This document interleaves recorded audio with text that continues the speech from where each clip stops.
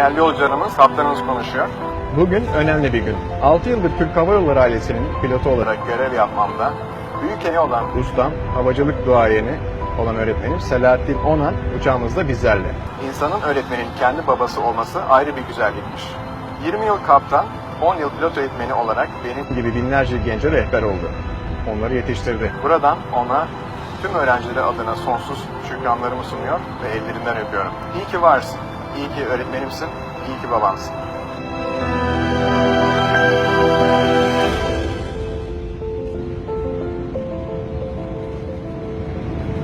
Hocam, Türk Hava Yolları'nın Türk kaptanları adına öğretmenler gününüz kutlu olsun.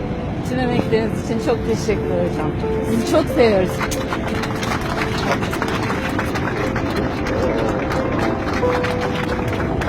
Sağ olun, teşekkür ederim. Buyurun hocam.